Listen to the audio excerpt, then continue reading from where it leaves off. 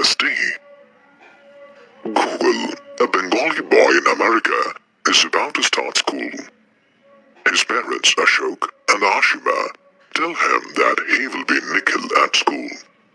Why do I have to have a new name? He sobs. They tell him it will be used only at school and that it's a part of growing up. Don't worry. They say. To us, you'll always be Gogol.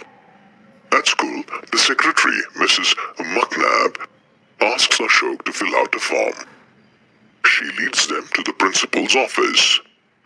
Mrs. Lapidus, the principal, is tall with blonde hair. Welcome to school, Nikhil. Gogol looks down. How old are you, Nikhil? Gogol does not respond. Mrs. Lapidus asks, Mr. Ganguly, does Nikhil follow English? Of course, Ashok says. In order to improve it, Ashok addresses Gogol in English. Go on, Gogol. Tell her how old you are. What did you call him? Mrs. Lapidus asks. That's what we call him at home. But his good name is Nikhil. Mrs. Lapidus frowns. Good name? Is Nikhil his middle name?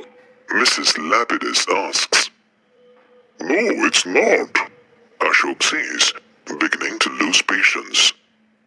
But he doesn't respond. Please, Mrs. Lapidus, Ashok says. I assure you, he will grow accustomed.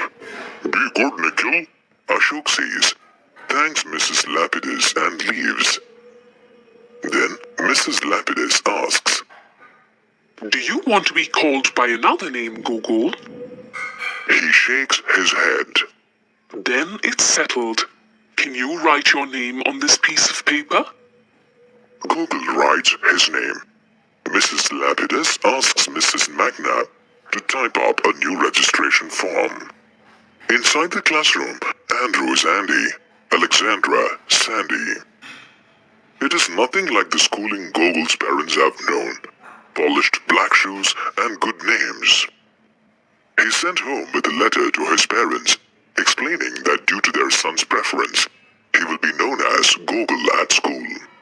Ashima and Ashok shake their heads, but give in. On sheets and on the covers of his books, Gogol writes out his name.